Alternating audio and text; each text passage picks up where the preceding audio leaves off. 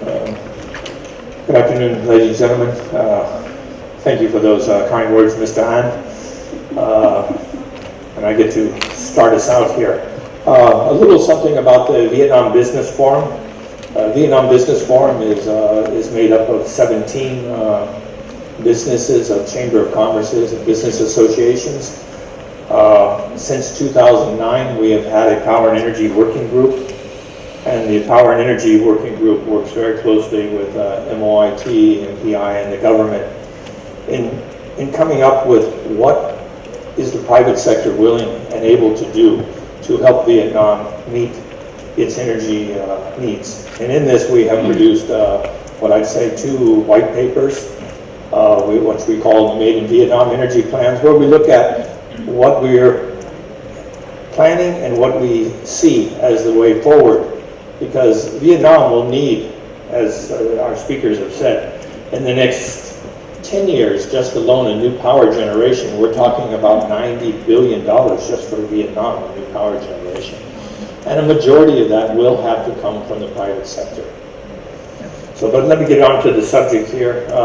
What I'm going to talk about is Vietnam's smart city industrial and economic zones, and how we've seen these zones now start to move towards using a cleaner energy.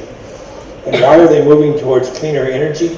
Because foreign direct investors and investors into these industrial zones, more and more of them are demanding through their corporate responsibilities that they have to start using a lower carbon, cleaner energy to be able to sell their products. The market is driven by populations like ours that are demanding a cleaner environment, a cleaner health, cleaner cities, cleaner industrial parks. So to attract these foreign direct investments, we here in Vietnam also have to start looking at how we make our industrial parks using cleaner energy.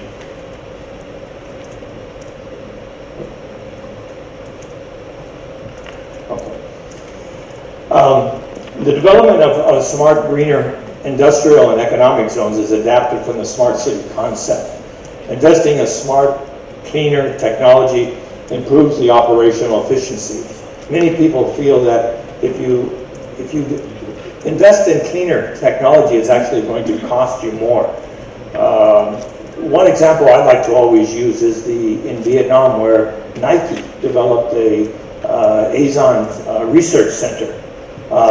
This it won gold. It's probably in the top 10% most energy efficient research centers in all the world. And they spent less than 7% more in building that than they did on building a normal building here in Vietnam. They recovered that money within the first few years. So it shows that this technology isn't really costing if you use it and use it properly and you do it correctly. So it makes the industrial and economic zones actually competitive worldwide, especially in ASEAN. That people will come to our industrial zones if they're run smarter and more efficiently. It enhances the environment. We have the fastest growing middle class population in the world right now, and they're demanding cleaner environment. The business are actually saving costs and using energy efficiency and using what we call renewable energy. It improves the GDP, the employment, it upgrades our systems, and bringing in, as I say, is faster middle class. Examples of additional developments in a smart city, industrial state, is our smart energy, smart environment, smart mobility of moving around the industrial park. More and more industrial parks are having commercial areas to them and living areas so that they're closer by. So we have a smarter living, smarter governance of how that industrial park is being operated. And it takes smart people to run all this. And that means we have to be developing our population to start, in our education system, that we start developing people like this. And it gives a smart economy. Examples and benefits of using a smart technology, as I said, you have real-time crime maps and things like this. Mobility, you can get products to the market quicker. Smart governance, we start to use more digital. Vietnam has been good on that recently, and going to a digital process of processing our goods coming in and out of the country. Our buildings become more energy efficiency. We start using more energy efficient equipment. Where everybody is online now for smart people. We've seen that, how fast we can move technology around by the internet now. And a smart economy. Our online capabilities now in taking care of problems and things like this. These are also sustainable goals that we here in Vietnam want to meet worldwide, and that everybody is trying to meet worldwide to make us look more attractive to the world. And what I see is Vietnam and some of our industrial areas, or I should say a majority of it, are already meeting a lot of these goals when we call clean water and sanitation. Vietnam has done I should say, excellent job when it comes to clean water. I mean, within 15 years, we had almost 90% of our population having clean water. That's in rural and urban areas. Clean energy, and how to get that. We were last year in solar. I think we were #1 in the fastest growing solar industry in building solar. I can say what we call behind the meter and rooftop solar, especially in the industrial sector right now. I think Vietnam is outpacing everybody. Most of our industries are very seriously looking at rooftop solar right now, and actually installing rooftop solar. Industry, we are building some now. Unfortunately, I should say, in the industry, because our energy is so reasonable in price, is so low cost, people do not see yet the reasons why they should invest in more energy efficient buildings and more energy efficient equipment. If you're going to pay a low price for that energy, you do the economics on it, and I can say my wife, when we go to buy a refrigerator or a thing, I tried to point to it. I said, well, look how cheap this one is, but this one is much more energy efficient. It's going to pay off in the long run. She always said, no, just buy the one that's lower in price right now. So it is an education, and I should say we need to do a lot more about information, education, and communication to our population in Vietnam, so they understand the importance of things like energy efficiency.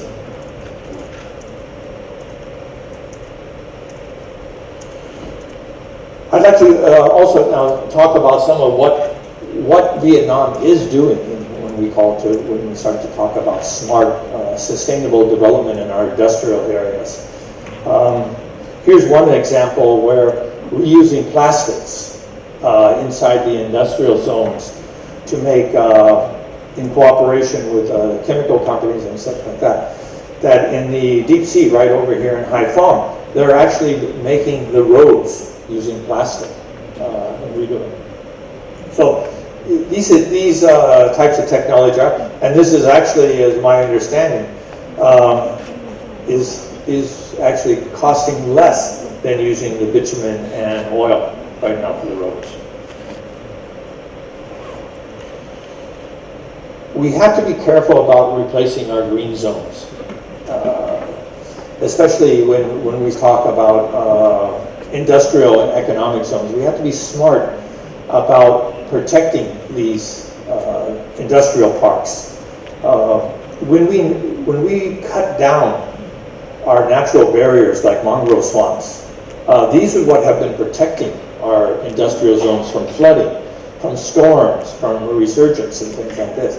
We're a bit too quick to come in and just level everything and try to come in and build it. And this is shown in results where we've had, now where we have a lot of flooding in areas like this. It is really shown up in our Mekong Delta. where we cut down a lot of the mangrove swamps for economic developments, for example, like for a shrimp farm and stuff like this, which has now allowed the salt water to start coming up into our river. So industrial parks too, we see now people are being more smart about creating the green zones. And these also make a recreational area for the population in the parks. Sustainable development in energy. Low carbon footprint, driving a sustainable source of energy and encouraging local renewable energies on the industries. I can see our industries are moving quick here when it comes to rooftop solar. It's unbelievable when you go down and you look at the industrial parks and how fast this market is moving right now. Unfortunately, we have no way of really monitoring how much rooftop solar our industries have put in.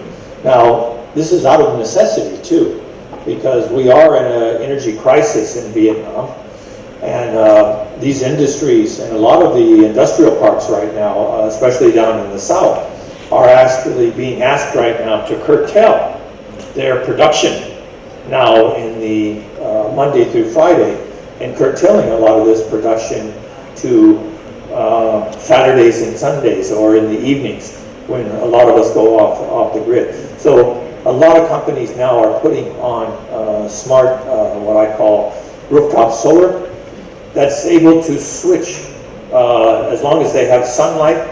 The industry will start using roof space and solars to start running that industry, and when the sunlight comes down, they switch on back onto the grid. And the government has done some support here. We're actually offering industries to buy up 1 megawatt of that power if they can put enough on it.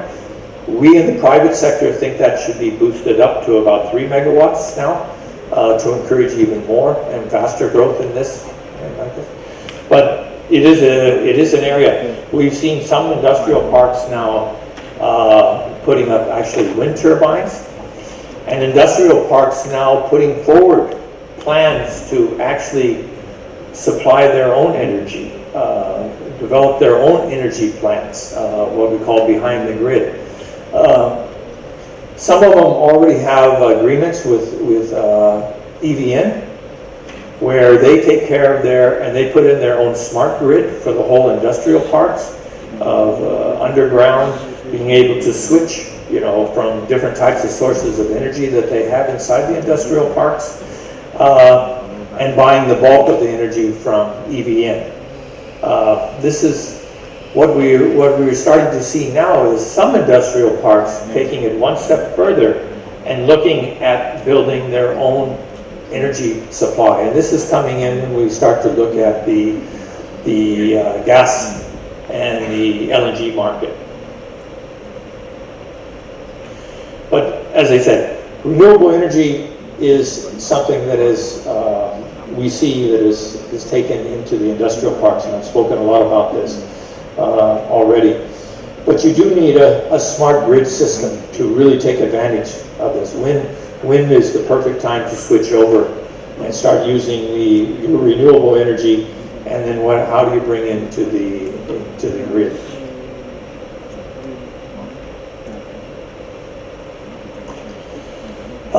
This is one example of the one I just talked about, is how you bring in use renewable energy, use EVNs right now up here in the north. For this example, we use a deep sea example. Most of that power is coal fire power plants and hydro. But mixing it here with the solar power, wind power, Deep Sea is able to provide a hybrid power grid that then sends the powers to the different factories. They're even looking at installing batteries now.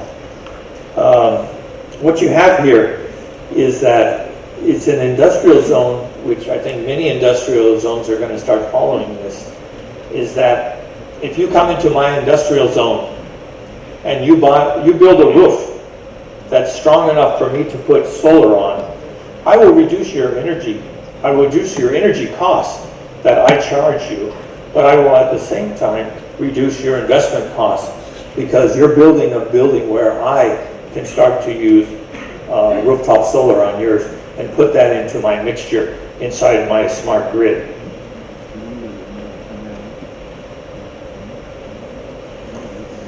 Now, if you take this one step further, as I talked about, in bringing in a cleaner energy, as I say, a lot of our energy right now is going with coal. And now when we start to move over to LNG, this offers a industrial park the ability to actually put in a LNG power plant that could actually provide a base load to the power and then enable it at the same time to, as they say, take advantage of a system where they encourage rooftop solar at the same time. This is already in the planning of a few industrial parks today. At the same time, they can provide pipe gas or even container LNG at the same time. This enables a lot of the industries to look at how they do their different processing and production rates. Food processing, a lot of the food processing we have right now is mainly used using electric, but also a lot of them use coal to do their boiler systems. If you can all of a sudden switch over to a cleaner energy of gas and the industrial zone bringing in pipe gas, give you the luxury of possibly using solar energy mixed with a smart grid. This means that you can actually produce an industrial zone today in Vietnam where you're looking at a power supply of maybe 10 cents. And you could guarantee that 10 cents in such an industrial zone for the next 25, 30 years. This is extremely attractive to foreign direct investors and companies who are trying to set up industrial zones and bring their industries to Vietnam. If they knew what their price was going to be for energy for the next 20 years, it's extremely attractive for building their business plans. At the same time, if that industrial zone can say, well, look, if you need 100% solar, I have enough rooftop solar from all the buildings in my industrial zone, I can provide 100% solar to your factory, if that's what you need for your carbon reduction. And this we do see. If you look at the Apples, the Nikes, a lot of the companies that are here, they are demanding by a certain period of time that they want to have a zero carbon footprint. And if we want to attract these type of businesses into our industrial parks, we're going to have to meet their needs. And doing things like this is what they're looking for. And we have seen it. We have lost some big contracts or big investments from such companies where they went to India because they could not get this from us.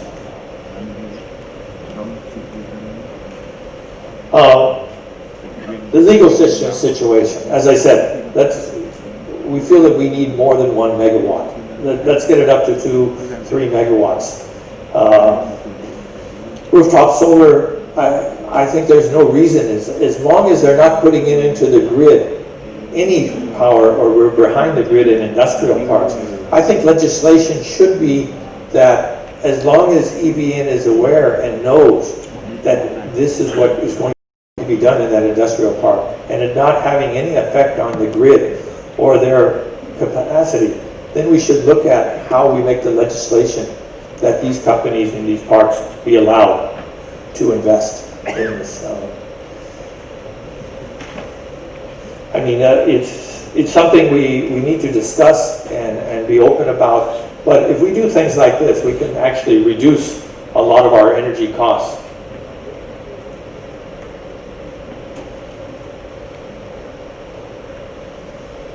Okay, does the grid connection agreement and the PPA with EVN still need to be signed if all electricity will be consumed internally? This is one of the open questions. Do the industrial zones and economic zone need to apply for a yearly permission from IRAC when applying for EVN standards of retail tariffs? What about storage projects? This is coming, this is something that's already doing. Should storage project be needing any sort of legislation if it's in the industrial zone? One of the interesting things that has been in the conversation, is a real quick story here, is that we've had this discussion about rooftop solar and the need of oversight because rooftop solar could be a fire hazard. It always questions in the back of my mind, if I come and build an industry, which I have been involved in many industries, no one, as long as I follow the construction law and the law, no one comes in and questions me about building a diesel generator and having a lot of fuel on my site for that diesel generator. I can build it following the construction law. But right now, I need permission to build a rooftop solar because of fire. Seems to me we need to think quickly and how to do this. So with that, I'd like to thank everybody. And I think we're open to questions now. If I think correctly, I've used my 10 minutes. If that's how it's going to work now. Thank you. I think you have 3 questions, but we will come back to your question.